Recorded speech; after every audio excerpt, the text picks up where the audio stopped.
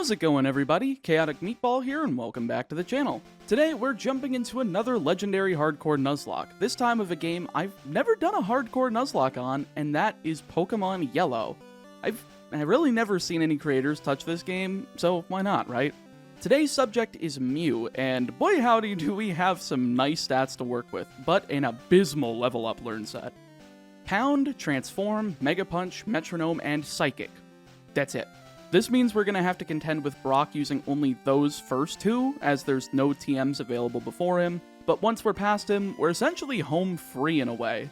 Mew can learn every single TM and HM in the game, giving me access to amazing moves like Surf, Ice Beam, Body Slam, Thunderbolt, Earthquake, Psychic again, Fire Blast, and Rock Slide among them. So can we do it?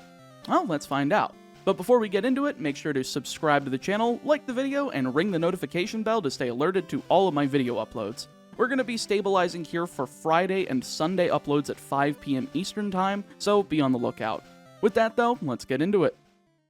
So there really isn't much to say about the starter choice here. Yellow is unique in the fact that you can only choose one starter, so of course Pikachu's being replaced with Mew, while my rival retains Eevee for the run. I named mine Pew, since we're going to be firing a ton of pew-pews out to KO everything in this run, I'm sure. I hit 4 pounds on the Eevee for the beginning rival fight for the KO, and the quick win. Really nothing else to say about it. Now there's only one required trainer between here and the Pewter City Gym, so I decided to take this time to exclusively grind for stat experience. I've described this in prior Gen 1 and 2 runs, but stat experience with the system that predates the current effort value system we have today, going from 0 to 65,535 points in every stat. At level 100, the formula for determining the stat difference between a Pokemon trained in that stat and an untrained Pokemon is the square root of your current stat experience divided by 4, with the square root rounding upward unless that would take it above 255, and then the whole calculation is rounded downwards. This gives all stats an additional 63 points by level 100 if completely maxed out, but seeing as the level cap for this game's Pokemon League is 62, it'll only be around 39 points per stat, assuming they're completely maxed out. Pretty insane, right? And it starts here, on the lowest level Pokemon around. Level 2 Rattatas and Pidgeys are our best friends, with the former providing large boosts in attack and speed, for this early on at least, while Pidgey is more balanced. I'm looking to get to level 12 here, as I can just go through the rest of Route 1, Viridian City, Route 2, and the majority of Viridian Forest to find a single trainer at the end with a level 10 Caterpie. Not enough to push me over the level cap though, and in fact gives me a bit of experience to spare. Well, enough to fight another 15 to 16 Pidgeys and Rattatas, but I'm not going to push my luck. Brock isn't a pushover though. Rock types are extremely hard to take down with the moves we have. Starting out against Geodude, it's just a pound and tackle fest, with back-to-back critical hits putting me ahead at first, but then he proceeds to hit 2 of them by the end of the volley as well, allowing me to take him down with 11 HP to spare, going on 14 as a level up occurs. Last out is Onix, and here's where the strategy gets interesting. I had to take out Geodude with Pound only because it has Tackle and nothing else, and Transform only gives me 5 power points of each move taken from the opponent. Nowhere near enough to take down Onix, but by transforming into Onix, we get his full moveset of Tackle, Screech, Bide, and Bide. Bind still has crazy Gen 1 mechanics, but I get greedy and set up 3 Screeches as fast as possible, then put him into Bind, hitting all 5 in a row to pull the massive Rock Gyarados down to about half damage. From here, a Bide comes out from him after I use Tackle, so I swap to using the last 2 power points of Screech in case this comes down to a struggle fest, then using Bide of my own as his is used, doing nothing, then I take a Tackle one time, doing 1 damage, but then in return doing a decently small chunk to him. It looks like it did about 4 times as much, so 4 damage. From here, 2 Tackles, a Bide, and another Tackle are enough to put him into deep red territory, but here's where he finally busts out Bind, slowly chipping away at Mew's last remaining health, but only to get out of it at 4 HP, using the last power point of Tackle to KO and win the fight. I had a feeling it would be possible, but I didn't think it would be that easy to execute. Very happy about this one. While I take out these trainers on Route 3, I gotta let you guys know that we recently put up a Pokemon Unite video over on Beast Coast Pokemon. It's myself, Aaron Cybertron Zhang, James Beck, Celio's Network, and our team leader Camus, attempting to climb the ranks and get our feet wet in the world of MOBAs, something I'm completely unfamiliar with outside of those videos. We just filmed the episode that is coming out after this one, and if you know Unite even a little bit and watch any Unite creators, you might be shocked who our 5th member will be next time. Anyway, I'm able to run through Mount Moon, grabbing a TM for Water Gun to make rock types way more bearable, as well as a TM for Mega Punch, and while Mew learns it at level 20, I'd just much rather have access to it at level 16. Plus, it's purchasable in Celadon City, so if I just so happen to want the move later, I can get it again, but God forbid, because this thing is 85% accuracy. After grabbing the dominant dome over the Himbo Helix, since this is yellow version after all, Jesse and James are here to try and stop me. But they don't stand much of a chance at all. They start off with Ekans, but I've got a Mega Punch and oh, well, that missed. At least I didn't get poisoned. So I just hit one next turn, following it up with a Pound after taking a Leer for the KO, leading to Meowth. Mega Punch once again connects, one-shotting the poor guy, with Coughing being the only remainder here. Mega Punch hits the first time for over half, but Smog manages to poison me. Not very good, but Mew still has relatively high health, so it shouldn't be a problem. Mega Punch proceeds to miss on the same turn as a Smog miss, but the third and final one manages to connect, winning me the fight. See you later, losers. Don't try coming back or I'll make you blast off big time. Vermilion City's up next, and I'm not confident in fighting Misty this low below the level cap, so I'd much rather go up and fight my rival first. He's got a very pathetic team at this point, starting out with Spearow as I go with Mew's Mega Punch, landing and nearly one-shotting as Fury Attack lands for a grand total of 6 damage. Way to go, Birdo. Welcome to Pound Town. Second out is Sandshrew, using a single scratch as Water Gun does the job in 2 shots. Rattata's out third, goes down to a single Mega Punch, leaving just Eevee to fall to 2 of them after using Tackle once. Yeah, sorry buddy, a Monotype normal Nuzlocke with a Sandshrew HM user isn't gonna cut it against the mighty Mew. I'm able to get through 3 of the Nugget Bridge trainers before getting to the level cap, using the required Goldeen trainer in the gym to edge me right up, leaving just the battle with Misty. However, I do want to replace Transform, and I decide to replace it with Bide. I don't think this is going to be helpful later on in the game where teams start to get to 4, 5, 6 members, but against 2, I think this will come in handy for Starmie specifically, as it's a strong Pokemon on a very limited team. Misty leads off with Staryu, a Pokemon that only happens to have Tackle and Harden, so it's a very easy double Mega Punch knockout, leading to Starmie. Harden's the first move, and upon seeing the damage that Mega Punch does after only one of those, I know I made the right choice with Bide, as a single Water Gun that does 12 damage is enough to fire off and KO Starmie from 75%. That's definitely not only 24 HP.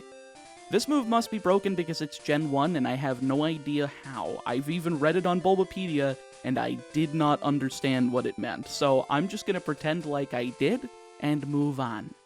Bubble Beam in hand, though, I finally have something better than Water Gun, but I think I'm going to hold on to it for the time being, just in case I need to swap around types of moves later. After all, there isn't any move deleter in Gen 1, so I don't necessarily want to teach Mew Surf if I don't have to.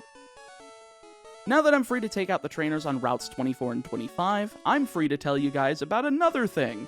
Recently, I've been taking the second channel more seriously with Yu-Gi-Oh! And Pokemon TCG content. I just uploaded the first episode of the Yu-Gi-Oh! Yearly series yesterday featuring Stevie Blunder, and I've got a 50-game challenge video there from a few days ago if you haven't checked those out yet. I'd really appreciate if you did, since the channel's not monetized, and the fact that I have to pay out of pocket for those videos to get edited is going to be burning a lot of my money. So I would very much appreciate it if you guys could go watch that and help make that channel self-sustainable, because I just have fun doing it. Even if you don't know Yu-Gi-Oh! Very well, or even at all, I gear my content over there to be both competitive and beginner-friendly, so take the plunge and check it out. It's a very fun game. With the SS ticket in hand, though, I'm able to make my way downtown, walking fast towards Vermilion City and into the SSN itself, because there's one thing I want to grab on here, and that's the TM for Body Slam. This has 5 more power over Mega Punch, and a 30% chance to paralyze anything that's not a normal type Pokemon. Gotta love Gen 1 coding. So I replace Pound and head on over to our next rival fight. His team has not changed at all, so it's an easy one-shot on Spearow with Body Slam. Rattata with Body Slam, Sandshrew with Water Gun, and Eevee with Body... Oh, never mind, it survived on 1 HP and got off a tackle. Hey Eevee, look at this cool water bottle I found. With HM01 now in hand though, I forgot that Yellow doesn't have the trait for Farfetch'd and Vermilion, so I've got to capture another HM user. So I grab Rattata, since it can learn Cut, right? Nope. Well, I guess that's what happens when I don't play this game like at all. So I go back up north of Cerulean to grab the gift Charmander, which it can learn both Cut and Strength, so it should be helpful enough. Alright, Vermilion City gym time, and Surge is a weird one. He's got one Pokemon in Raichu, basically to reflect the anime and how Ash and Pikachu defeated him and his Raichu, but that just makes my job easy since it makes the level cap higher, and since I have the TM for Dig, I just replace Bide, enter the battle, click Dig, and win. Yeah, that was great. That was a very enjoyable experience. Thunder Badge and Thunderbolt in hand, though, that latter TM is going to be absolutely massive when it comes to future fights. Oh boy, you guys remember the stretch, right? The stupid amount of filler with Route 9, Route 10, Rock Tunnel, Lavender Town, and Route 8 before you're allowed to get to another meaningful city? Yeah, I hate it, but at least Gen 1's Rock Tunnel is easier to traverse since the walls are lit up ever so slightly. Makes Flash all the more useless. While going through there, though, I figured I'd say that you should follow me on Twitter. Remember that big old pile of hollow old-school Pokemon cards I showed in one of my previous videos? Yeah, that giveaway is still potentially gonna happen, but only if we hit 5,000 followers over there. Link is in the description.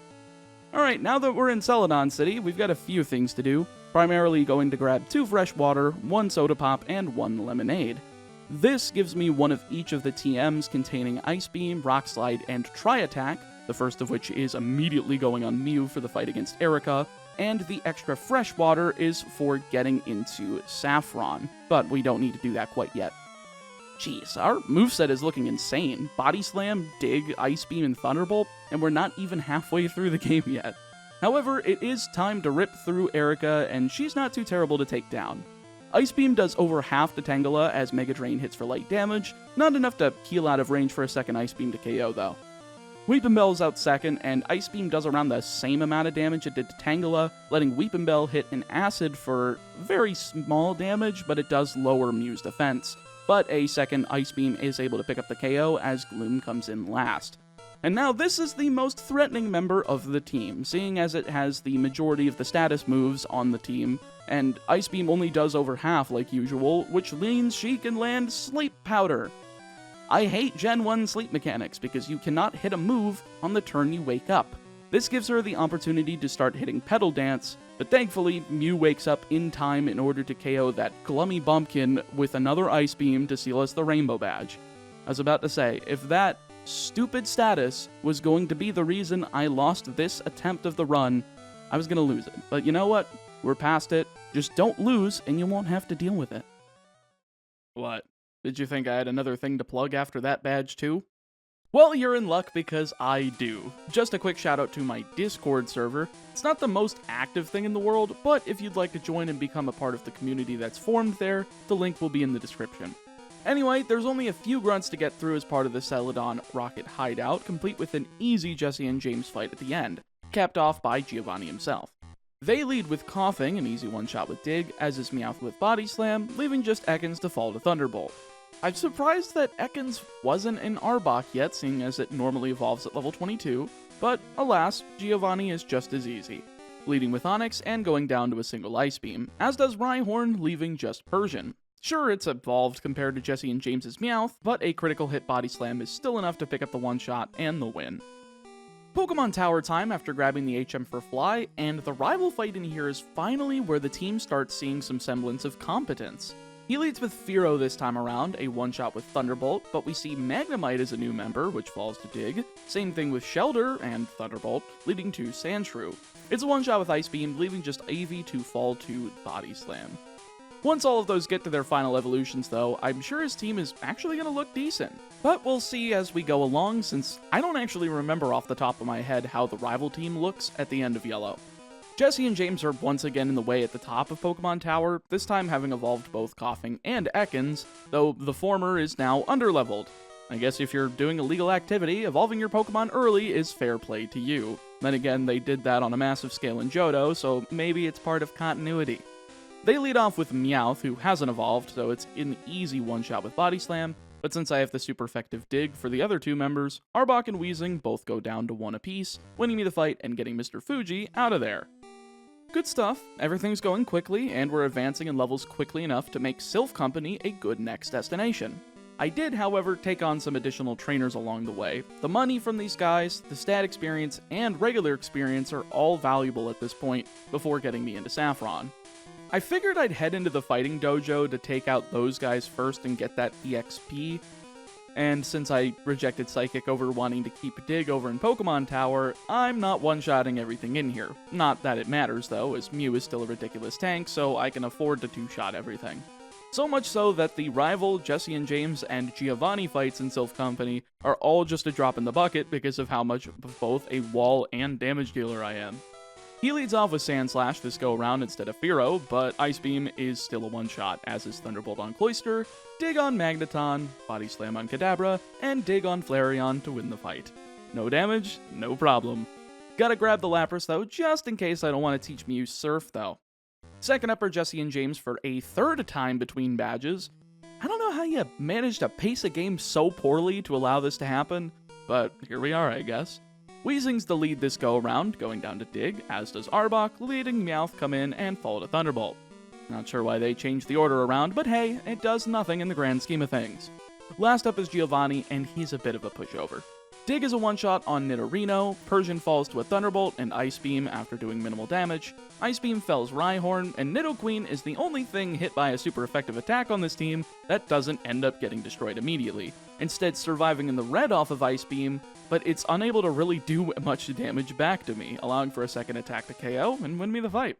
Perfect, I'm at level 46, level cap is 50 for the next 2 gyms. I think I'm at the perfect level to go take those down. First up is a trip south to Fuchsia City for Koga's gym, where I actually take out the gym trainers, seeing as there's no one required in Sabrina's gym, so why not get near the level cap before one of them? I get to level 48 before challenging, and this is where I realize, oh lord, I forgot Bug resists ground. Otherwise, I would have just slapped Psychic and Surf onto Mew already and finished my moveset for the run, but alas, I go in with Body Slam and Dig still. The first Venonat is a 2-shot, missing Toxic, thank god, as it goes down, and the second one comes in. Thunderbolt isn't able to one-shot, but he reciprocates with Psychic, doing barely anything as a Body Slam picks up the KO, leading to the third Venonat. Yeah, original team, do not steal, ladies and gentlemen. Body Slam hits for over half and paralyzes, holding Venonat number 3 down for the turn and letting Mew get a free KO, leaving just Venomoth. Well, it's still part of the same evil line, but at least it's something new to look at. Body Slam is a 3-shot here, and while I was initially worried about Leech Life, it only did around 20 points of damage, so I just kept clicking A until I won. Yeah, not too hard. Heck, I'm not even gonna do any trainers in between, we're going straight to Sabrina. Felling her Abra and Kadabra with Body Slam, then Alakazam takes over half as I outspeed, it gets paralyzed, and is given an X defend before going down to a second Body Slam. Well, yeah, I guess I'll take that. Completely forgot her team has a Abra on it with a Teleport Flash and jack otherwise. What the hell is this game? While I get through this Safari Zone for the HMs real quick, I figured we'd plug one more thing because, dear lord, if I put all of this in the intro, people would get angry at me, but I guess that's what happens when you have way too much stuff going on and want to make sure everyone knows about it. Anyway, just wanted to remind you guys to leave a comment below asking for whatever legendary in any game that you want for future challenges, barring stuff that's impossible like the Reggies in early generations where they only start with Explosion, because I want ideas and I want to make sure it's ideas that you want to watch. With that said, 2 HMs later, and it's time to travel down to Blaine's Island of Cinnabar. And this is where I go ahead and say fuck it and give Mew the HM for Surf. It's likely that I don't need Dig anymore, and if I need a physical move, I'll stick with Body Slam. It keeps some potential paralysis at the very least. I've got to say though, this shade of reddish orange in the Pokemon Mansion and Cinnabar Island as a whole is just really nasty looking. I don't know what it is about it, since I love the color red, it just looks weird. At least it wasn't a darker shade of red, that would have been legal murder on children's eyes. Anyway, Blaine's gym time, and I forgot that you can't just talk to the trainers in Gen 1, you have to mess with the quiz box no matter what. Not that it mattered since I just fought everyone in here anyway, getting to Blaine in good time.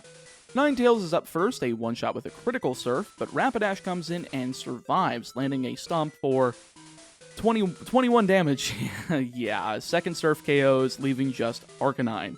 Sure, Surf does a lot less damage than it did to the other two, but it's still within two-shot territory, especially after he uses Takedown, gets some good recoil damage on him, and allows Mew to KO next turn with Surf, and gives me the Volcano Badge.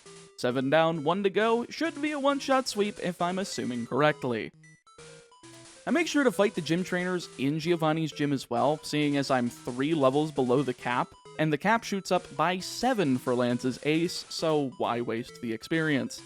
I guess I could have said the same thing about Blaine and capped it off when I was there, since I was a level below the level cap there for his gym. But then again, I did the same thing for Giovanni, so who cares? The lead Doug Trio is the easiest to pick off of his team. Simply Ice Beam, and it's out of there. Second out is Persian, and despite Surf getting a critical, it only goes down into the red, giving me the time to use a 2-hit Fury Swipes, doing barely any damage as Body Slam picks up that last bit of damage to KO.